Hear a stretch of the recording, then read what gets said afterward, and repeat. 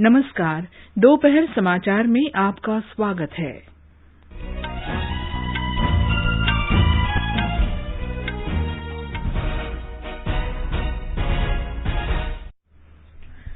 प्रधानमंत्री नरेंद्र मोदी देश में कोविड की स्थिति पर एक बैठक की अध्यक्षता कर रहे हैं। स्वास्थ्य और परिवार कल्याण मंत्री डॉक्टर हर्षवर्धन ने कहा, भारत ने विश्व का सबसे बड़ा टीकाकरण अभियान शुरू किया है।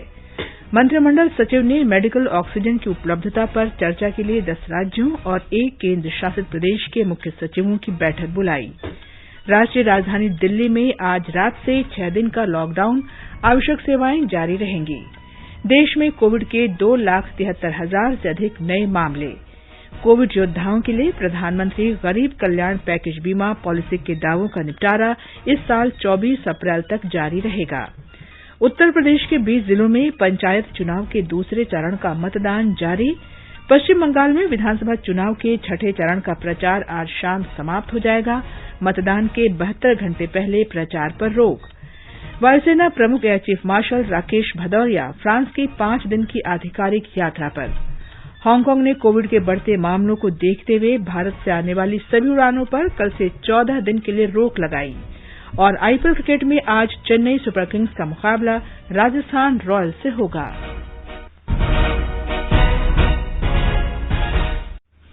दोपहर समाचार में अलका सिंह के साथ मैं कनकलता। कोविड मरीजों की संख्या फिर से बढ़ रही है। श्रोताओं से अपील है कि कोई भी कोताही न बरतें, सुरक्षा के सभी उपायों का पालन करें और 45 वर्ष से अधिक आयु के सभी लोग निसंकोच टीका लगवाएं। सुरक्षित रहें और 3 आसान उपायों का पालन करें। मास्क पहनें, 2 गज दूरी है जरूरी, सुरक्षित दूरी बनाए रखें, हाथ और मुंह साफ रखें। और अब समाचार विस्तार से। प्रधानमंत्री नरेंद्र मोदी देश में कोविड की स्थिति को लेकर आज एक महत्वपूर्ण बैठक की अध्यक्षता कर रहे हैं। बैठक में स्वास्थ्य मंत्रालय के वरिष्ठ अधिकारी भी उपस्थित हैं। प्रधानमंत्री ने शनिवार को कोविड और टीकाकरण स्थिति पर समीक्षा बैठक की थी। उन्होंने इस महामारी की दूसरी लहर के प्रसार को रोकने के लिए और अधिक सतर्कता बरतने को कहा था। स्वास्थ्य और परिवार कल्याण मंत्री डॉक्टर हर्षवर्धन ने कहा कि ऐसे कठिन समय में कांग्रेस नेता मनमोहन सिंह के सहयोग और महत्वपूर्ण सुझाव के लिए इतिहास आभारी रहेगा। स्वास्थ्य मंत्री ने पूर्व प्रधानमंत्री डॉक्टर मनमोहन सिंह को लिखे एक पत्र में ये कहा। पूर्व प्रधानमंत्री मनमोहन सिंह ने प्रधानमंत्री नरेंद्र मोदी को देश में कोविड से उत्पन्न स्थिति से निपटने के लिए सुझाव दिए हैं। इस महामारी को अघोषित आपातकाल बताते हुए श्री सिंह ने देश में कोविड टीकाकरण कार्यक्रम को बढ़ाने का सुझाव दिया। इस पर डॉक्टर हर्षवर्धन ने कहा कि डॉक्टर सिंह द्वारा टीकाकरण पर जोर दिया गया, जो कि कोविड से निपटने के लिए महत्वपूर्ण है और सरकार इस पर काम कर रही है। उन्होंने कहा कि भारत ने विश्व का सबसे बड़ा टीकाकरण अभियान चलाया है, जिसमें 10 से 12 करोड़ टीके लगाकर महत्वपूर्ण उपलब्धि हासिल की है। मंत्रिमंडल सचिव ने मेडिकल ऑक्सीजन की उपलब्धता और आपूर्ति के मुद्दे पर चर्चा के लिए 10 राज्यों और 1 केंद्र शासित प्रदेश के मुख्य सचिवों के साथ आज 3 बजे एक बैठक बुलाई है। बैठक में महाराष्ट्र, मध्य प्रदेश, गुजरात, राजस्थान, छत्तीसगढ़, उत्तर प्रदेश, आंध्र प्रदेश, तेलंगाना, तमिलनाडु, कर्नाटक और केंद्र शासित प्रदेश दिल्ली के मुख्य सचिव और वरिष्ठ अधिकारी भाग लेंगे। केंद्रीय गृह सचिव ने कल देश के सभी राज्यों और केंद्र शासित प्रदेशों को ऑक्सीजन निर्माताओं तथा आपूर्तिकर्ताओं द्वारा औद्योगिक ऑक्सीजन की आपूर्ति प्रतिबंधित करने के लिए लिखा था। कोविड मामलों में वृद्धि के कारण ऑक्सीजन की बढ़ती मांग को पूरा करने के लिए ये निर्देश जारी किए गए हैं। केंद्रीय मंत्री पीयूष गोयल ने कहा है कि केंद्र सरकार कोविड-19 के नियंत्रण में राज्य सरकारों की सहायता के लिए दिन रात काम कर रही है। उन्होंने कहा कि रेलगाड़ियों के माध्यम से ऑक्सीजन सिलेंडरों और टैंकरों की आपूर्ति शुरू करने का निर्णय लिया गया है। एक समाचार एजेंसी के साथ साक्षात्कार में श्री गोयल ने कहा कि ऑक्सीजन एक्सप्रेस रेलगाड़ियों की तेजी से आवाजाही और राज्यों को चिकित्सीय ऑक्सीजन समय पर उपलब्ध कराने के लिए ग्रीन कॉरिडोर बनाया जा रहा है। उन्होंने कहा कि 9 विशेष क्षेत्रों को छोड़कर अस्थायी उपाय के तौर पर 22 अप्रैल से औद्योगिक आवश्यकताओं के लिए ऑक्सीजन की आपूर्ति प्रतिबंधित रहेगी। श्री गोयल ने कहा कि इस कदम के जरिए अस्पतालों को ऑक्सीजन की आपूर्ति की जा सकेगी। केंद्रीय मंत्री ने बताया कि 12 राज्यों के साथ विस्तृत बैठक के बाद केंद्र सरकार ने राज्य सरकारों के साथ विभिन्न आवश्यकताओं के बारे में पता लगाया। 6,177 मेट्रिक टन ऑक्सीजन हमने अलग अलग राज्यों को उपलब्ध कराने का आज पूरा प्लान फाइनल कर दिया है। केंद्रीय वित्त मंत्री निर्मला सीतारामन ने आज व्यापार और उद्योग जगत के प्रतिनिधियों से चर्चा की। वित्त मंत्री ने अपने ट्वीट में बताया कि केंद्र सरकार जीवन और आजीविका को सामान्य बनाए रखने के लिए राज्यों के साथ मिलकर काम कर रही है। वित्त मंत्री ने उन्हें कोविड मामलों की हालिया वृद्धि से निपटने के लिए सरकार की तैयारियों के बारे में बताया। दिल्ली सरकार ने कोरोना संक्रमण के मामलों में तेजी से वृद्धि को रोकने के लिए राष्ट्रीय राजधानी में आज रात 10 बजे से अगले सोमवार 26 अप्रैल की सुबह 5 बजे तक 6 दिन के लॉकडाउन का फैसला किया है। राजधानी में कोविड के बढ़ते मामलों पर चिंता व्यक्त करते हुए दिल्ली के मुख्यमंत्री अरविंद केजरीवाल ने कहा कि ऑक्सीजन, दवाएं और बिस्तर के जैसी आवश्यक चिकित्सा आपूर्ति के लिए राज्य सरकार केंद्र से सहायता ले रही है। ये जो 6 दिन का लॉकडाउन हम लगा रहे हैं, इन 6 दिनों के अंदर हम बहुत बड़े स्तर के ऊपर और दिल्ली में बेड्स की व्यवस्था करेंगे। केंद्र से हम मदद मांग रहे हैं, केंद्र सरकार हमारी मदद भी कर रही है, उसके लिए हम केंद्र सरकार के शुक्रगुजार हैं। उनसे ऑक्सीजन की व्यवस्था करेंगे, दवाइयों की व्यवस्था करेंगे। इस लॉकडाउन के समय को हम इन सब चीजों के लिए इस्तेमाल करेंगे। मेरी आप सब लोगों से गुजारिश है कि लॉकडाउन का पूरी तरह से पालन करें, घर से बाहर इस दौरान ना निकलें। हम मिलके इसका मुकाबला करेंगे और जरूर जीतेंगे। हमारे संवाददाता ने बताया है कि दिल्ली सरकार ने आवश्यक चिकित्सा सुविधाओं की आपूर्ति के प्रयास तेज कर दिए हैं। कोरोना वायरस के संक्रमण ने राष्ट्रीय राजधानी में पिछले सभी रिकॉर्ड तोड़ दिए हैं। कोविड महामारी के प्रसार के बाद से दिल्ली इस वक्त सबसे अधिक मामले दर्ज कर रही है। कल 25,000 से अधिक नए मामले सामने आए और सकारात्मकता दर 30% के उच्च स्तर तक पहुंच गई। मौजूदा समय में शहर की स्वास्थ्य सुविधाएं कई आवश्यक चिकित्सा आपूर्ति की कमी का सामना कर रही हैं। हालांकि दिल्ली सरकार ने बिस्तरों, चिकित्सा ऑक्सीजन की आपूर्ति और दवाओं की व्यवस्था करने के अपने प्रयासों को तेज कर दिया है। दिल्ली सरकार ने रेमडेसिविर इंजेक्शन और मेडिकल ऑक्सीजन की खरीद और वितरण प्रक्रिया की सीधे निगरानी करने का फैसला किया है। सभी ड्रग इंस्पेक्टरों को निर्देश दिया गया है कि कालाबाजारी को रोकने और शहर में पर्याप्त स्टॉक सुनिश्चित करने के लिए टोसिलीजुमैब और फेविपिराविर के स्टॉक और बिक्री की दैनिक निगरानी सुनिश्चित करें। इसके अलावा कई स्कूलों, बैंक्वेट हॉल और स्पोर्ट्स कॉम्प्लेक्स को कोविड केयर सेंटर में बदल दिया गया है। इन केंद्रों के जरिए कोविड रोगियों को अतिरिक्त बेड की सुविधा मिल सकेगी। भूपेंद्र सिंह, आकाशवाणी समाचार, दिल्ली। ये समाचार हमारी वेबसाइट newsonair.com/hindi और हमारे mobile app news on AIR पर भी उपलब्ध हैं।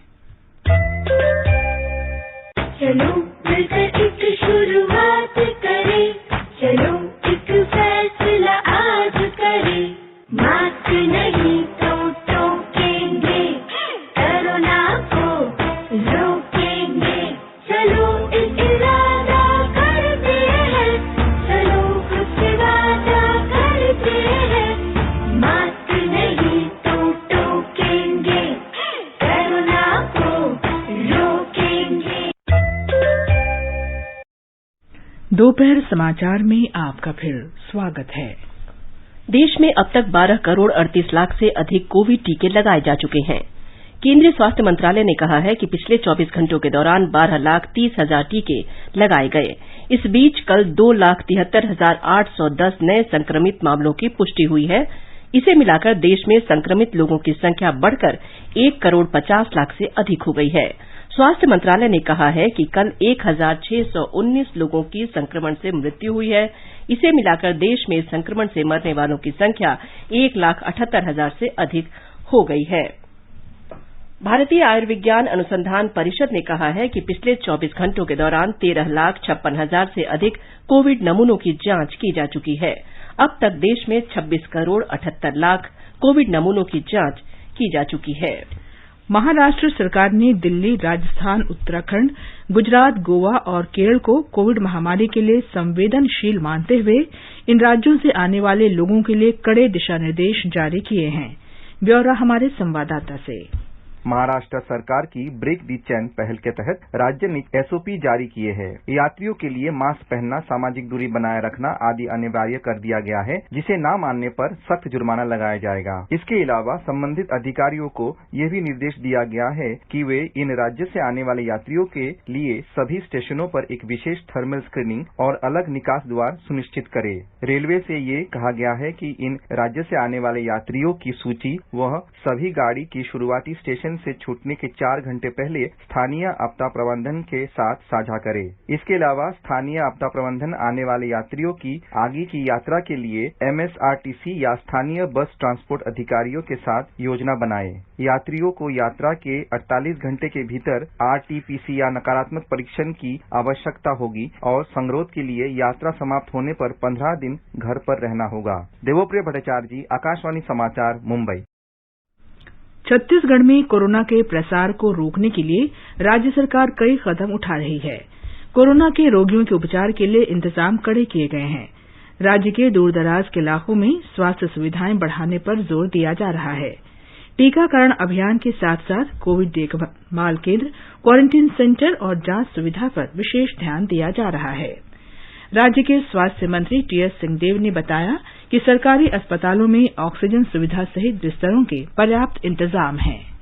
कोविड के प्रबंधन के लिए सरकारी और निजी दोनों क्षेत्रों में व्यवस्था की जा रही है। सरकारी क्षेत्र में हमने करीब 13,000 ऑक्सीजन के बिस्तरों का लक्ष्य रखा है। उनकी पूर्ति के लिए काम हो रहे हैं। आईसीयू बिस्तरों के बढ़ाने के लिए पहल हो रही है। साथ ही ऑक्सीजन के जंबो सिलेंडर्स की व्यवस्था, ऑक्सीजन इंडस्ट्रियल ग्रेड जो बन रहा था उसको मेडिकल ग्रेड के बनाने के डायरेक्शन और उनके दर निर्धारण जो पहले से थे और ट्रांसपोर्टेशन के खर्चे, ये जो भी व्यवस्थाएं हैं ये सारी सरकार अपने तरफ से कर रही है। गुजरात में कल कोविड संक्रमण के 10,340 नए मामलों की पुष्टि हुई। राज्य में इस समय कोविड के सक्रिय मामलों की संख्या 61,647 हो गई है। हमारे संवाददाता ने खबर दी है कि कल गुजरात में कोविड से 110 लोगों ने जान गंवाई। गुजरात में कल कोविड-19 संक्रमण के सबसे अधिक 3,641 नए मामले अहमदाबाद में सामने आए, जबकि सूरत में 1,924 नए मामले दर्ज किए गए। राज्य में 3,981 मरीज के ठीक होने के साथ उन्हें विभिन्न अस्पतालों से छुट्टी दी गई। इस बीच गुजरात में RT-PCR परीक्षण की क्षमता दोगुनी कर दी गई है। राज्य के स्वास्थ्य विभाग के अनुसार आज से राज्य के 26 शिक्षा संस्थानों में RT-PCR परीक्षण का कार्य शुरू किया जाएगा। इसके लिए सैंपल इकट्ठे करने का कार्य मेडिकल कर्मचारी द्वारा किया जाएगा। अहमदाबाद नगर निगम द्वारा अब वस्त्राल के RTO मैदान में ड्राइव थ्रू RT-PCR परीक्षण के लिए दूसरी शिविर लगाई गई है। योगेश पंड्या, आकाशवाणी समाचार, अहमदाबाद। मध्य प्रदेश में पिछले 4 दिनों में 25,000 से अधिक रोगी कोरोना संक्रमण से मुक्त हुए हैं। दूसरी ओर पिछले 24 घंटों में संक्रमण के 12,248 नए मामलों की पुष्टि हुई है। राज्य में कोविड संक्रमण की दर 22.8% है। ब्यौरा हमारे संवाददाता से। राज्य में ऑक्सीजन की आपूर्ति भी दिन प्रतिदिन बेहतर होती जा रही है। राज्य को इस महीने के अंत तक 700 मीट्रिक टन ऑक्सीजन मिलेगी। इसके अलावा भविष्य की जरूरतों के मद्देनजर जल्द ही राज्य के 37 जिलों में ऑक्सीजन संयंत्र स्थापित किए जाएंगे। वहीं आने वाले दिनों में मरीजों की संख्या बढ़ने की आशंका को देखते हुए भोपाल, इंदौर, ग्वालियर और जबलपुर सहित 6 संभागों में कोविड केयर सेंटर के लिए भवनों की पहचान की जा रही है। इन केंद्रों में लगभग 1,000 बिस्तर उपलब्ध होंगे। इस बीच राज्य को 8 अप्रैल से अब तक लगभग 1 लाख रेमडेसिविर इंजेक्शन प्राप्त हुए हैं। स्वास्थ्य विभाग के मुताबिक 20 अप्रैल तक करीब 30,000 इंजेक्शन और मिल जाएंगे। उधर मुख्यमंत्री शिवराज सिंह चौहान ने जनता से अपील की है कि 30 अप्रैल तक घर से बाहर न निकलें और सभी कोरोना प्रोटोकॉल का कड़ाई से पालन करें। संजीव शर्मा, आकाशवाणी समाचार, भोपाल। पुद्दुचेरी के उपराज्यपाल डॉक्टर तमिलसाई सौंदरराजन ने कहा है कि जिन स्थानों पर कोविड के मामले तेजी से बढ़ रहे हैं और जिनकी पहचान हॉटस्पॉट के रूप में की गई है, वहां लोगों को बाधा पहुंचाए बिना स्थानीय लॉकडाउन लगाया जाएगा। नेहरू स्टेडियम में कोविड टीकाकरण और जांच केंद्र का उद्घाटन करते हुए डॉक्टर सौंदरराजन ने कहा कि जिन स्थानों पर 100 लोग काम करते हैं वहां जांच और टीकाकरण किया जाएगा। इस बीच स्वास्थ्य सचिव डॉक्टर अरुण ने बताया कि कई इलाकों में विशेष टीकाकरण शिविरों का आयोजन किया गया है। तेलंगाना में पिछले 24 घंटों के दौरान 4,900 नए कोविड मामलों की पुष्टि हुई। इसी दौरान 1,878 लोग स्वस्थ भी हुए। नए मामलों की संख्या बढ़ने के कारण ठीक होने की दर घटकर 88.76% रह गई है। पिछले महीने ये 98% से अधिक थी। प्रधान वैज्ञानिक सलाहकार के विजय राघवन ने कहा है कि रेमडेसिविर इंजेक्शन चिकित्सक की सलाह पर ही लिया जाना चाहिए। एक ट्वीट में श्री राघवन ने कहा कि ये दवा कोविड-19 का इलाज नहीं है, इससे रोगी को केवल कुछ राहत मिल सकती है। श्री राघवन ने लोगों से डॉक्टर की सलाह मानने और उन्हें रेमडेसिविर देने के लिए बाध्य न करने का आग्रह किया। रक्षा अनुसंधान और विकास संगठन DRDO का विशेष कोविड अस्पताल आज से काम शुरू कर देगा। केंद्रीय स्वास्थ्य मंत्री डॉक्टर हर्षवर्धन ने बताया कि 250 बिस्तर आज से तैयार रहेंगे और कुछ दिनों में ये संख्या बढ़ाकर 500 कर दी जाएगी। एक रिपोर्ट। 500 आईसीयू बिस्तरों का यह अस्पताल नई दिल्ली में घरेलू हवाई अड्डा टर्मिनल के निकट बनाया गया है। सभी बिस्तरों पर ऑक्सीजन की सुविधा उपलब्ध रहेगी। अस्पताल को पर्याप्त संख्या में वेंटिलेटर भी उपलब्ध कराए गए हैं। सशस्त्र सेना की एक चिकित्सा टीम इस कोविड अस्पताल की देखरेख करेगी। यहाँ चिकित्सा निःशुल्क उपलब्ध कराई जाएगी। रोगी को अपने साथ RT-PCR कोविड पॉजिटिव रिपोर्ट और आधार कार्ड लाना होगा। इस अस्पताल में विश्व स्वास्थ्य संगठन के मानकों के अनुरूप निगरानी उपकरण, वेंटिलेटर, परीक्षण और एयर कंडीशनिंग सुविधाएं उपलब्ध रहेंगी। समाचार कक्ष से विजय लक्ष्मी कासोटिया। ओडिशा में आज से 10वीं और 12वीं की ऑफलाइन कक्षाएं स्थगित कर दी गई हैं। कोविड के बढ़ते मामलों को देखते हुए राज्य सरकार ने 10वीं और 12वीं की बोर्ड परीक्षाएं अगले आदेश तक टाल दी हैं। 9वीं और 11वीं के विद्यार्थियों को परीक्षा दिए बगैर ही अगली कक्षा में उत्तीर्ण करने का फैसला किया गया है। एक रिपोर्ट। कोविड मामलों में बढ़ोतरी को देखते हुए राज्य में पिछले सप्ताहांत से शहरी क्षेत्रों में रात का कर्फ्यू जारी है। इस बीच कोविड से अधिक संक्रमित होने वाले 10 सीमावर्ती जिलों में सप्ताहांत लॉकडाउन लगाया गया है। राज्य में कोविड मामलों की संख्या में लगातार बढ़ोतरी हो रही है। कल 3,664 नए लोगों में संक्रमण की पुष्टि हुई। इससे राज्य में कोविड संक्रमितों की संख्या 21,436 हो गई है। पुरी का विश्व प्रसिद्ध जगन्नाथ मंदिर सप्ताहांत और भुवनेश्वर का लिंगराज मंदिर फिलहाल प्रतिदिन श्रद्धालुओं के लिए बंद रहेगा। गिरीश चंद्र दास की रिपोर्ट के साथ समाचार कक्ष से रत्ना पांडे। केंद्र सरकार ने इस रिपोर्ट को भ्रामक बताया है, जिसमें दावा किया गया है कि भारत में डबल म्यूटेशन कोविड संक्रमण पूरे विश्व को चिंतित कर रहा है। पत्र सूचना कार्यालय ने स्पष्ट किया कि इस तरह का डबल म्यूटेशन संक्रमण कई अन्य देशों में भी पाया गया है। आगे बढ़ने से पहले मुख्य समाचारों पर एक नजर। प्रधानमंत्री नरेंद्र मोदी देश में कोविड की स्थिति पर एक बैठक की अध्यक्षता कर रहे हैं। स्वास्थ्य और परिवार कल्याण मंत्री डॉक्टर हर्षवर्धन ने कहा, भारत ने विश्व का सबसे बड़ा टीकाकरण अभियान शुरू किया है। मंत्रिमंडल सचिव ने मेडिकल ऑक्सीजन की उपलब्धता पर चर्चा के लिए 10 राज्यों और एक केंद्र शासित प्रदेश के मुख्य सचिवों की बैठक बुलाई। राष्ट्रीय राजधानी दिल्ली में आज रात से 6 दिन का लॉकडाउन, आवश्यक सेवाएं जारी रहेंगी। देश में कोविड के 2,73,000 से अधिक नए मामले। कोविड योद्धाओं के लिए प्रधानमंत्री गरीब कल्याण पैकेज बीमा पॉलिसी के दावों का निपटारा इस साल 24 अप्रैल तक जारी रहेगा। उत्तर प्रदेश के 20 जिलों में पंचायत चुनाव के दूसरे चरण का मतदान जारी। पश्चिम बंगाल में विधानसभा चुनाव के छठे चरण का प्रचार आज शाम समाप्त हो जाएगा। मतदान के 72 घंटे पहले प्रचार पर रोक। वायुसेना प्रमुख air chief marshal Rakesh Bhadauria France की 5 दिन की आधिकारिक यात्रा पर। हांगकांग ने कोविड के बढ़ते मामलों को देखते हुए भारत से आने वाले सभी उड़ानों पर कल से 14 दिन के लिए रोक लगाई। और IPL क्रिकेट में आज चेन्नई सुपर किंग्स का मुकाबला राजस्थान रॉयल्स से होगा।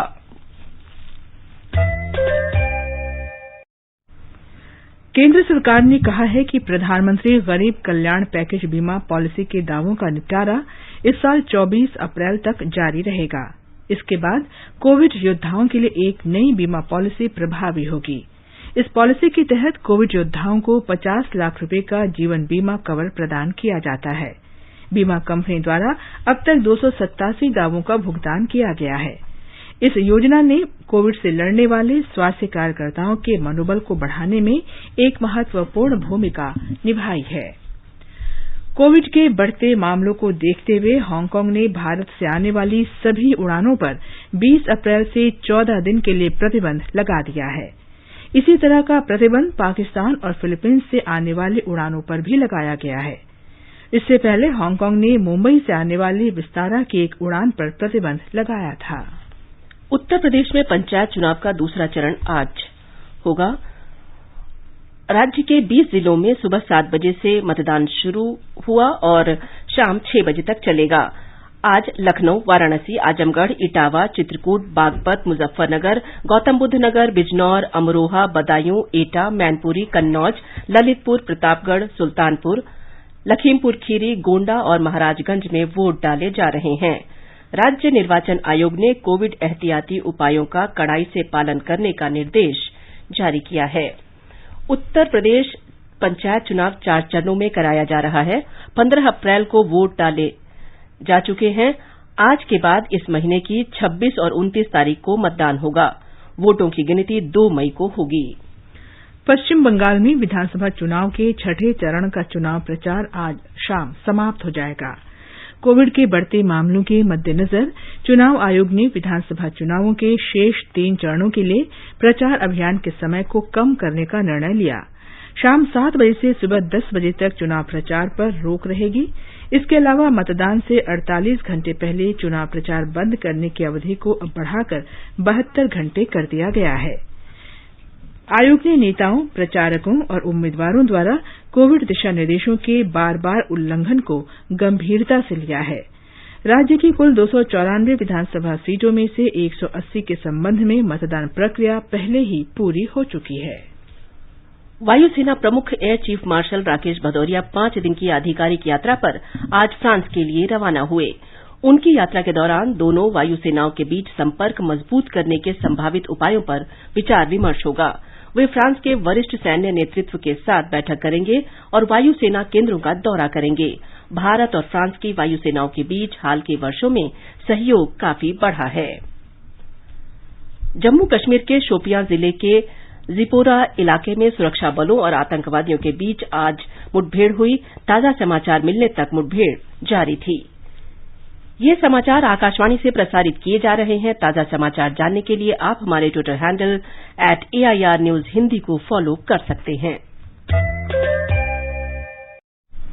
ये आकाशवाणी है। आईपीएल क्रिकेट में आज मुंबई में चेन्नई सुपर किंग्स का मुकाबला राजस्थान रॉयल्स से होगा। कल मुंबई के वानखेड़े स्टेडियम में दिल्ली कैपिटल्स ने पंजाब किंग्स को 6 विकेट से हरा दिया। 196 रन के लक्ष्य के जवाब में दिल्ली कैपिटल्स ने 18 ओवर और 2 गेंदों में 4 विकेट पर 198 रन बनाए। शिखर धवन ने 49 गेंदों में शानदार 92 रन जोड़े। उन्हें प्लेयर ऑफ द मैच घोषित किया गया। इससे पहले पंजाब किंग्स ने निर्धारित 20 ओवर में 4 विकेट पर 195 रन बनाए थे। कल चेन्नई में हुए अन्य मैच में रॉयल चैलेंजर्स बैंगलोर ने कोलकाता नाइट राइडर्स को 38 रन से हराया। 205 रन के लक्ष्य का पीछा करते हुए कोलकाता की टीम निर्धारित ओवर में 8 विकेट पर 166 रन ही बना सकी। दीपक पूनिया ने कजाखस्तान के अलमाटी में एशियाई कुश्ती चैंपियनशिप के अंतिम दिन कल रजत पदक हासिल किया। 86 किलो भार वर्ग में ईरान के हसन यजदानी चाराती ने पूनिया को 10-0 से हराया। संजीत ने 92 किलो भार वर्ग में कांस्य पदक जीता। पुरुषों की फ्रीस्टाइल स्पर्धा में भारत ने 7 पदक हासिल किए हैं। जानी मानी मराठी फिल्म निर्माता सुमित्रा भावे का आज पुणे में निधन हो गया। वे 78 वर्ष की थीं।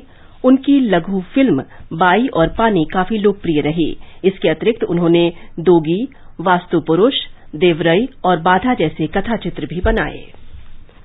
और अब एक नजर मौसम के पूर्वानुमान पर। राष्ट्रीय राजधानी दिल्ली में आसमान साफ रहेगा, लेकिन तीसरे पहर या शाम को बादल छाए रहने का अनुमान है। मुंबई में आसमान आमतौर पर साफ रहेगा। अधिकतम तापमान 35 डिग्री सेल्सियस रहने का अनुमान है, जबकि न्यूनतम तापमान 25 डिग्री सेल्सियस रहा। चेन्नई में आंशिक रूप से बादल छाए रहेंगे। कोलकाता में आंशिक रूप से बादल छाए रहेंगे। न्यूनतम तापमान 26 डिग्री सेल्सियस दर्ज किया गया। जम्मू में आमतौर पर बादल छाए रहेंगे। न्यूनतम तापमान 17 डिग्री सेल्सियस से 31 डिग्री सेल्सियस के बीच रहने का अनुमान है। श्रीनगर में आसमान साफ रहेगा। न्यूनतम तापमान 8 डिग्री सेल्सियस दर्ज किया गया, जबकि अधिकतम तापमान 18 डिग्री सेल्सियस तक जाने की संभावना है। लेह में आसमान साफ रहेगा। न्यूनतम तापमान 0 से 1 डिग्री सेल्सियस नीचे रिकॉर्ड किया गया और अधिकतम तापमान करीब 9 डिग्री सेल्सियस रहेगा। गिलगित में बादल छाए रहेंगे और हल्की वर्षा होगी। न्यूनतम तापमान 9.5 डिग्री सेल्सियस और अधिकतम तापमान 15 डिग्री सेल्सियस रहने की संभावना है।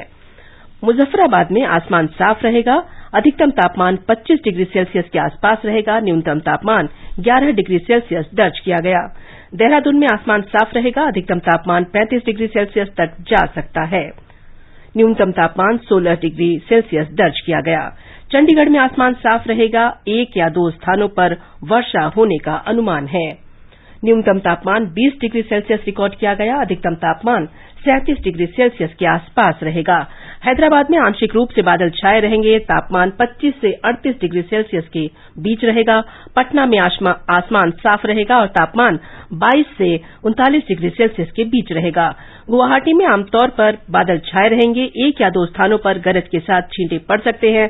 अधिकतम तापमान 33 डिग्री सेल्सियस तक जाने की संभावना है। न्यूनतम तापमान 21 डिग्री सेल्सियस रहा। महान संगीतकार भारत रत्न पंडित भीमसेन जोशी का जन्म शताब्दी वर्ष मनाया जा रहा है। इस अवसर पर संगीत सभाओं के साथ साथ पंडित भीमसेन जोशी की स्मृतियों पर आधारित कार्यक्रम आयोजित किए जा रहे हैं। उनका गायन हमेशा से